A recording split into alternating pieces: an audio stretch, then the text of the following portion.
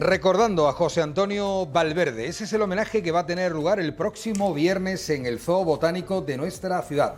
Recordando a esta figura, un biólogo importantísimo del siglo pasado, que además tuvo una vinculación, que fallecía hace justo 20 años. Qué curioso, ¿no? Cumpliéndose el 20 aniversario del fallecimiento de este vallisoletano, pero que tenía también un corazoncito de Jerez porque hizo muchísimo por el Zoo Botánico, por nuestra ciudad. Había ahí, como se suele decir ahora, un feeling especial. Sí. Y Mariano Cuadrado, que es biólogo del Zoo Botánico de Jerez, que hoy nos acompaña aquí en el plató de Jerez al Día, es el mejor cicerone que nos adentre en ese recordando a José Antonio Valverde, que decía yo, murió hace justo 20 años, que ha sido una persona muy vinculada a Jerez y al Zoo de Jerez. Nació en el año 1923 y bueno, ha sido una de las figuras más prominentes de lo que es la biología del siglo pasado.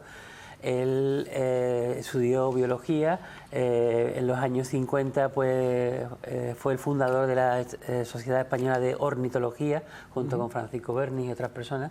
Y bueno, fue una persona inquieta que vio que había que conservar sitios tan importantes como Doñana.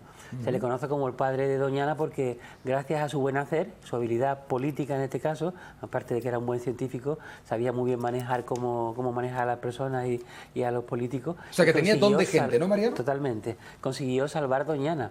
Doñana en los años 50 se podía haber convertido en un eucaliptar perfectamente, de hecho esos eran los planes que había, y él a base de tesón, habilidad y llamando a las personas adecuadas consiguió que el dictador Francisco Franco desestimara la idea y protegiera la zona de Doñana, y fue gracias a su ayuda, a su buen hacer. O sea, que me estás diciendo que este señor convenció al generalísimo de que aquello no fuera, como tú dices, un eucaliptal. Exactamente, porque ya me está demostrando que tenía capacidad. El plan era de secar Doñana, porque tradicionalmente las zonas húmedas han sido consideradas como lugares insalubres, donde había que secarlo, y esa es las primeras actuaciones que se han hecho en todos sitios, siempre de secar. Y este hombre tuvo la suerte de visitar Doñana en los años 50, que sería aún mucho más paraíso que lo es hoy día, y aquello fue un cambio radical en su vida. Total, que viendo los peligros que corría, formó el aseo y se aunó con muchas personas para llamar la atención, tanto nacional como internacional, incluido con el dictador Franco, y al final pues consiguió financiación externa de algunos países europeos para comprar una pequeña parcela que fue el embrión del actual Parque Nacional de Doñana. En aquel momento se llamaba Reserva de Doñana, y gracias a eso a continuación se formó la Estación Biológica de Doñana, y ahora hoy día es el Parque Nacional que se llama... Ese era él, ese era José Antonio Valverde, y ese es el cartel anunciador de las actividades. Y esa es la imagen de cuando lo invitamos a que viniera a inaugurar la instalación de los ibis eremitas, que es ese pájaro que vemos ahí. Y es que ha habido mucha vinculación con el zoo porque este hombre nos apreciaba. Te hacía antes la broma de que nos apreciaba porque no todo el mundo tiene la misma sintonía, ni con los centros ni con las personas. Pero en su caso sí fue así, ¿no? Y entonces vino a la instalación, eso en el año 2000, yo creo que sería año 2000 aproximadamente cuando se inauguró la instalación, y vino a inaugurar la instalación, y esa foto representa ese momento tan especial. Oye, el cartel es precioso. Sí. Me gustaría verlo repetido una vez más porque tenemos a ese hombre, en fin, en su actividad plena, joven, y después tenemos a ese hombre ya anciano, a José Antonio Valverde ya anciano, con ese ibis eremita entre las manos. Además, qué imagen tan cariñosa. Sí. Fue un visionario en todos los sentidos, aparte de un buen científico y un buen gestor a nivel de políticos, fue un visionario porque no solamente hizo esto, luego en los años 70, cuando el Sáhara todavía era español, pues se dio cuenta que había unas gacelitas allí en el Sáhara y decidió que esas gacelas tenían poco futuro porque, entre otras cosas, se las comían las personas del lugar. Y decidió traerse esas gacelas aquí a España y se lo llevó justamente al Centro de Rescate de Fauna Sahariana, que se encuentra en Almería y que actualmente es otro centro del CSIC y que se llama EEZA, donde estuvo trabajando Valverde. Pues gracias a esas gacelas que se rescataron en los años 70, hoy día contamos con una especie que forma parte de un plan de cría coordinado en los zoológicos y que es una especie que hemos conseguido salvar de la extinción. Ahí tuvo también su propia visión futurista del asunto. Fue el creador del Parque Nacional de Doñana y de la Estación Biológica de Doñana, que fue también director. Creó también un museo que hubo en Huelva, que desgraciadamente cerró, que era el Museo de Cetáceos, que se hizo en Almonte y que también él tuvo mucho que ver. Era visionario, era magnífico en muchos sentidos, y a nivel científico ha creado escuelas y ha sido una persona innovadora, una visión de conjunto. Generalmente los biólogos nos dedicamos a parcelitas pequeñas, porque no damos a más, la mayoría no damos a más, pero este hombre tenía la visión de conjunto y empezó a hablar de eso, de la estructura de una comunidad de vertebrados terrestres, que fue un libro que hoy día es un clásico y un incunable casi.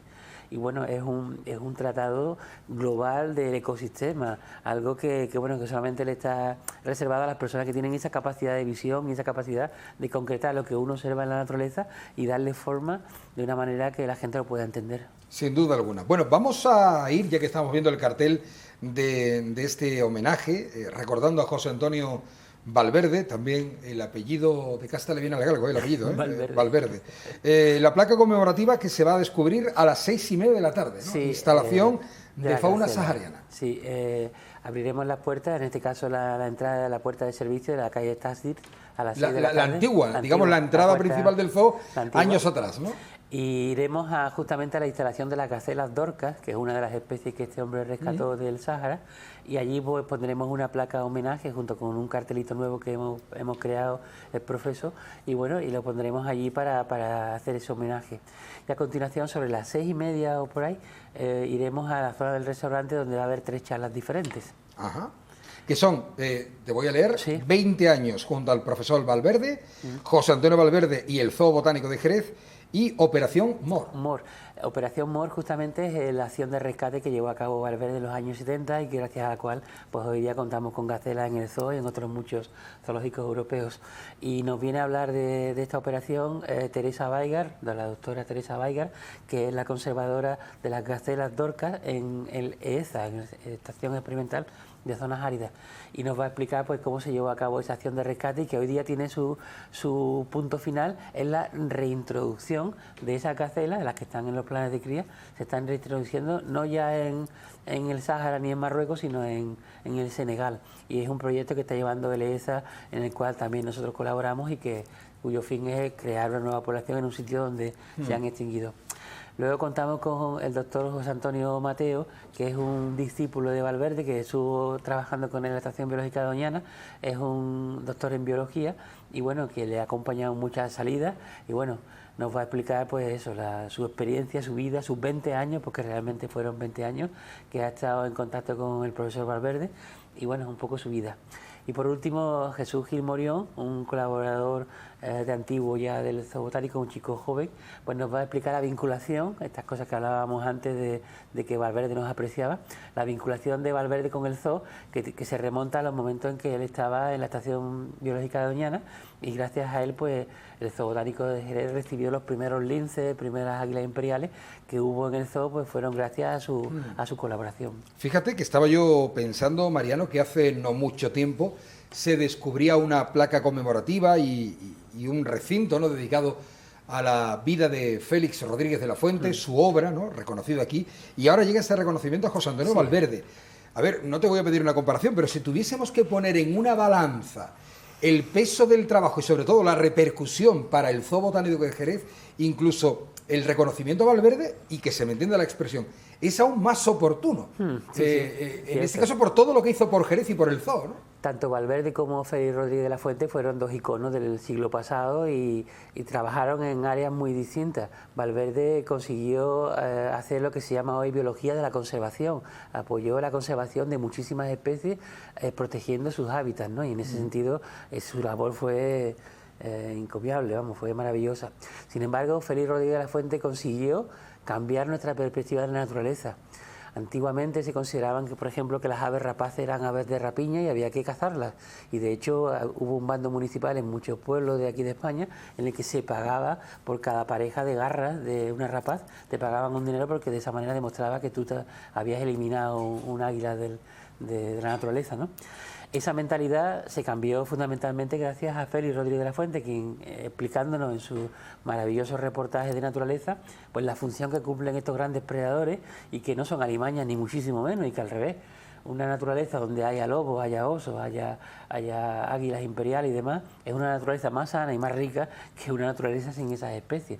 Entonces sus papeles fueron diferentes en distintos campos. El campo de Félix fue la difusión y la concienciación social, y el de Valverde fue actuaciones concretas y efectivas para proteger lo que nos quedaba. Entonces fueron complementarios. Yo no sé si llegaron a conocer, pero estoy seguro que se conocieron y que serían buenos amigos, porque realmente estaban trabajando en la misma época y haciendo prácticamente las mismas cosas, pero son complementarios, diría yo. Claro, no, me refería que quizás Félix Rodríguez de la Fuente, toda esa labor divulgativa sí que tuvo una enorme repercusión. Totalmente. A través del Hombre y la Tierra, ¿no? Quien no recuerda, ¿no? Aquella Todo música de creo que era Antón García Abril, aquella sintonía, los tambores, que era, tú lo veías en la tele y ya te atrapaba directamente, ¿no? Tomando la sopa y viendo la exactamente, veías el hombre y esa imagen del águila llevándose al muflón, ¿no? Madre mía. Pero quiero decir, él tenía el soporte de un programa de televisión, además cuando solo había 2 cadenas, televisión española, pero este hombre era más trabajo de campo, sin ese altavoz, sin un equipo de televisión perenne al lado. Claro. Un trabajo más invisible, pero igualmente efectivo, ¿no? Félix fue una persona que dominaba los medios. Al cabo de los años nos hemos enterado que él no tenía guión, él no seguía ningún papel, todo lo tenía en la cabeza, y conseguía captar la atención y la emoción de las personas, su manera de hablar, cómo gesticulaba, cómo modulaba la voz. Pues eso ha sido maravilloso.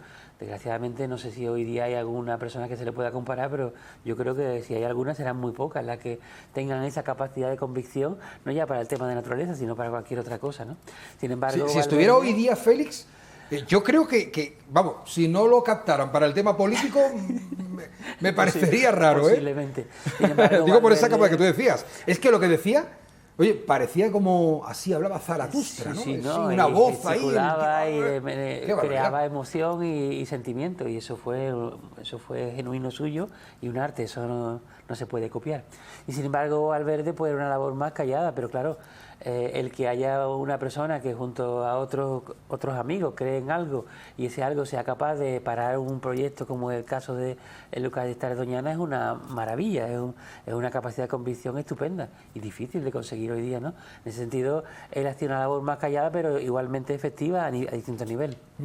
Mariano, pues ha sido un placer traerte por aquí. Oye, igualmente. Te explicas fenomenal. Muchas gracias. Me encanta cómo lo cuentas. Yo sé, a ver, es que te vienes con el mono de trabajo, con la ropa de faena. Que me he tenido que quitar las plumas que tenía. Una pluma que yo soy muy curioso. Ahora cuando vuelvas al zoo, porque te vemos, como digo, en ropa de faena, ¿a qué te pones ahora? Pues mira, tengo que dar una vuelta, que generalmente una de nuestras funciones es ver el estado de los animales. Una ronda, ¿no? Una ronda. Vale. Y esa ronda pues aprovecho pues para ver cómo están las cosas, si lo que hemos dicho esta mañana en la reunión de cuidadores se ha cumplido o no se ha cumplido, si hemos mirado las distintas instalaciones, si el bebedero que estaba goteando, si se ha arreglado. Ese tipo de cosas forma parte del día a día.